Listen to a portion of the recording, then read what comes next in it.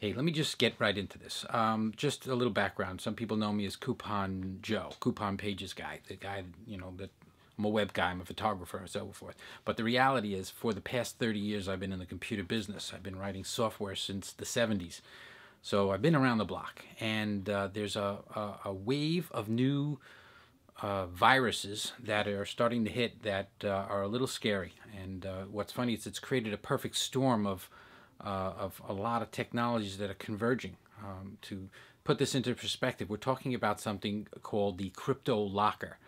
Now, if you've not heard of CryptoLocker, you really need to be prepared. You've never seen anything like this. I've never seen anything like this. Let me give you the basics of what CryptoLocker is and what you can and have to do to protect yourself from it. Antiviruses can only protect you so far. They can help guide you from doing something wrong. But when you get an email from a friend, someone that you trust, and it says, do you really trust this person? You think, okay, I'll trust them. But even beyond that, let's just say you have the greatest antivirus, and it warns you this may be a threat. And for some strange reason, you download this CryptoLocker application by mistake. You think it's something, you think it's a funny photograph. Somebody sent you, hey, look at this picture you just got. Suffice it to say, when you get CryptoLocker, you are about as screwed as you could possibly be. To put this in perspective, if you had a virus, a traditional virus, it will potentially lock you from using your computer. Okay, sooner or later, you can remove the virus. It's sort of like if you had a bull running through your house. Eventually, you can scoot him out the door, but walk back into your house and look at the damage that he's caused. That's CryptoLocker. CryptoLocker will screw with your computer in ways that you have never seen before, and you have to protect yourself from this. I spent the last 3 or 4 days trying to help people who've been hit with CryptoLocker attacks. Now, you've heard a little bit. Let me go right into the heart of what CryptoLocker does and why you should be concerned with it and why you should be prepared for it. First things first, what does it do? It gets on your computer. How it gets there is not the important part. How you can block it is not the issue. Sooner or later, if you're not careful, even with an antivirus, you may get hit by this virus. This is what this is, and this is fundamentally, it's terrorism. It's cyber-terrorism. It's ways for people to disrupt the American economy, the worldwide economy. It's anarchy at its most insane level.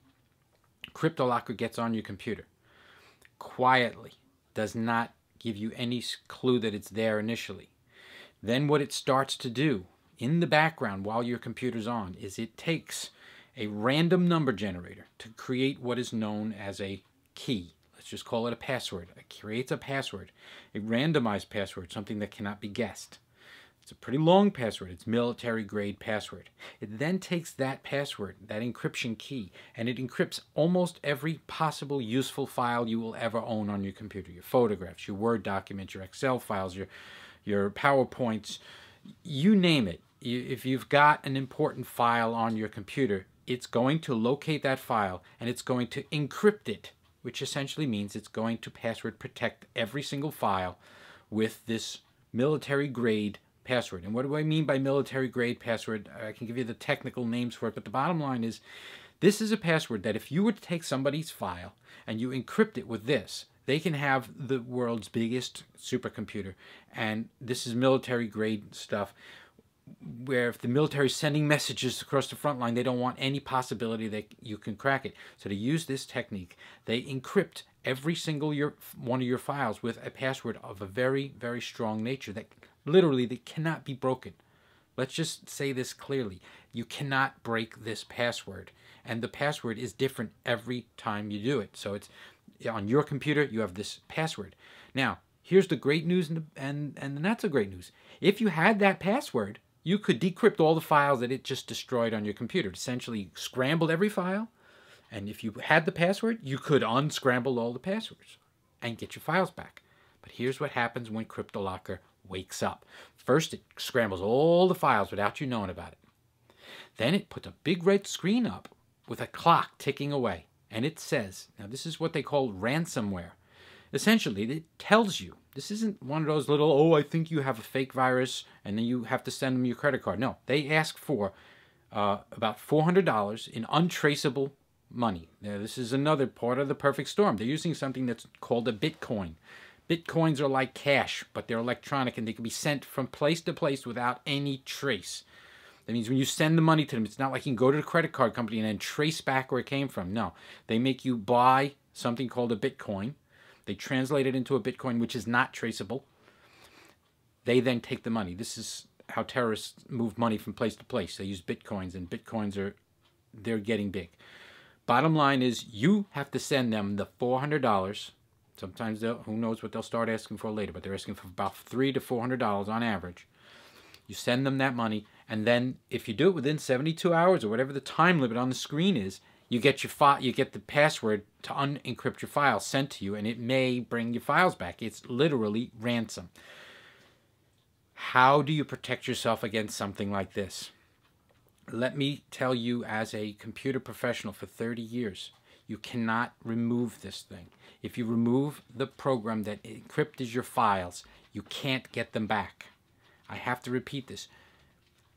You can't just remove the virus. If you remove the virus, you've removed the tool to unencrypt it.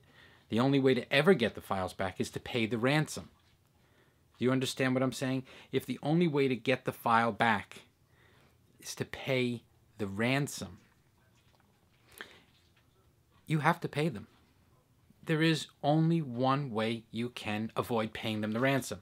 And that's why I'm creating this video. I want people to watch this. I want people to understand what to do.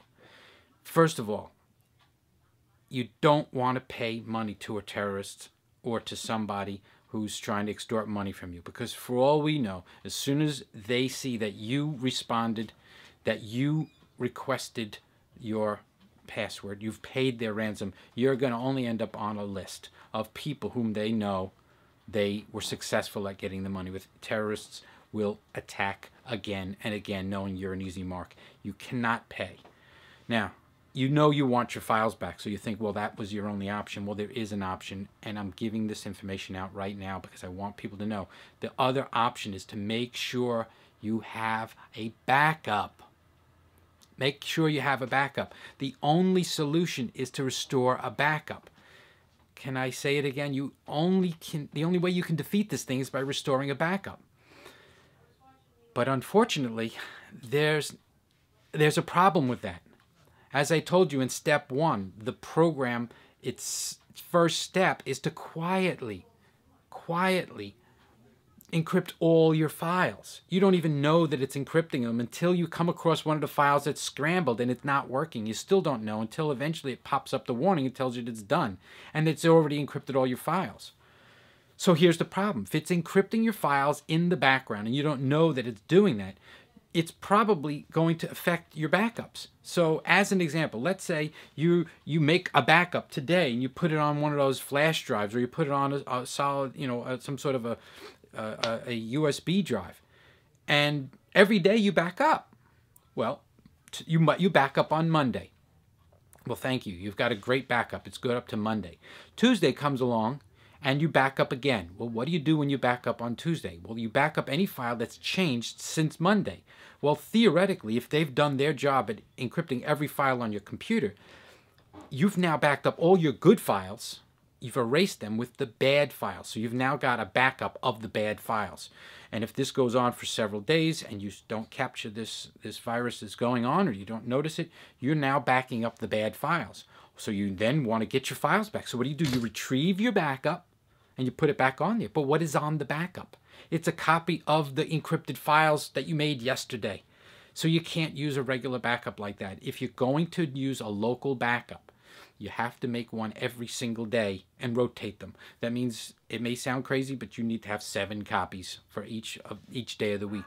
So that if Monday comes by and you are then going to erase a backup, erase last Monday's. Tuesday comes by, you'll erase last Tuesday's. Never erase Monday's backup with Tuesday and Tuesday with Wednesday. Because if you find there's a problem, if you go to the day before, you're only restoring the problem.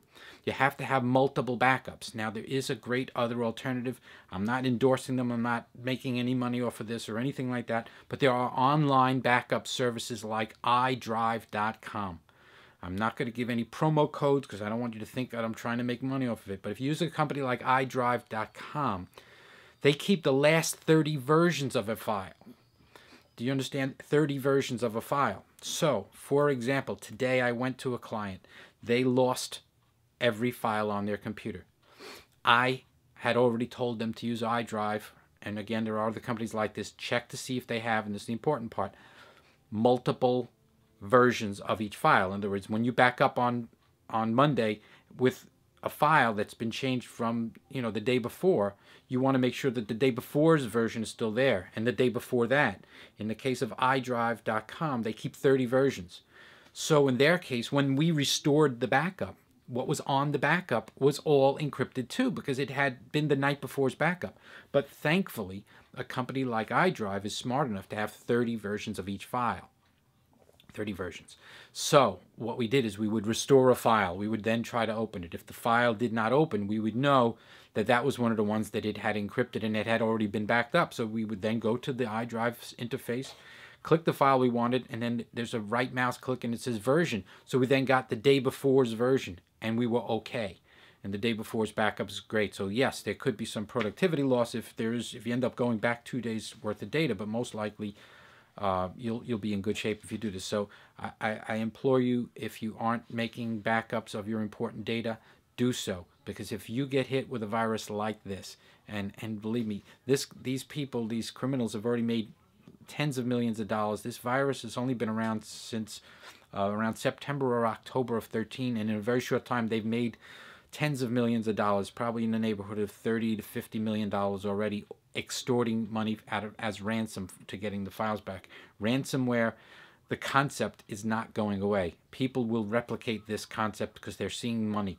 There are going to be criminals all around the world trying this sort of technique on people, and if people aren't aware of it, this is going to spread like crazy. Today I got emails from people they were getting hit with Facebook spams going out saying, hey, look at this file. Why did you upload this file? Or and each one had a different random sentence. And then on each one of those was a zip file. And all I kept saying to myself is, oh, my goodness, this is the next wave of these things. These things are hitting like crazy. Within the last week, I have seen no less than 5 different people with different forms of viruses, and 3 of them with this CryptoLocker. This is unacceptable. You have to back up. You have to prepare. Take my advice. Make backups and make multiple backups. It's the only defense against this thing. I don't care what anyone thinks about their antivirus. None are perfect. I've encountered people with viruses that have Norton, that have Symantec, that have pretty much every brand, Kaspersky, Microsoft, you name it. It doesn't matter what brand of antivirus you have. There is no defense that is perfect. And once that virus, in this case the CryptoLocker, gets on your computer, you can remove the virus, but you can't remove the damage. They are using military-grade encryption. Do this. Spread this message around to as many people as you can. You don't have to spread the video. I'm not trying to become a YouTube sensation, but tell people about this virus. Tell people to be extra careful, and if anything else, make sure you have backups, because if you are hit with a virus like this, don't pay. If you can just simply be prepared, have a backup. Hey, if somebody today were to wipe out every file on my computer, believe me, I'd be fine, because I back up every day, and I back up on fresh sets. I have 30 versions of everything.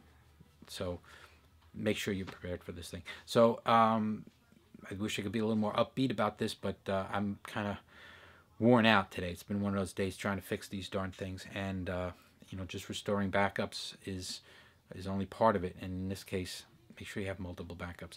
Be prepared. let people know. And when you see this thing, don't think you could just call the Geek Squad and you're going to get rid of it. Nobody can get your files back. And ransomware this is some really serious stuff. So that's it. Spread the word. Fix this thing. Let's stop this thing. I'm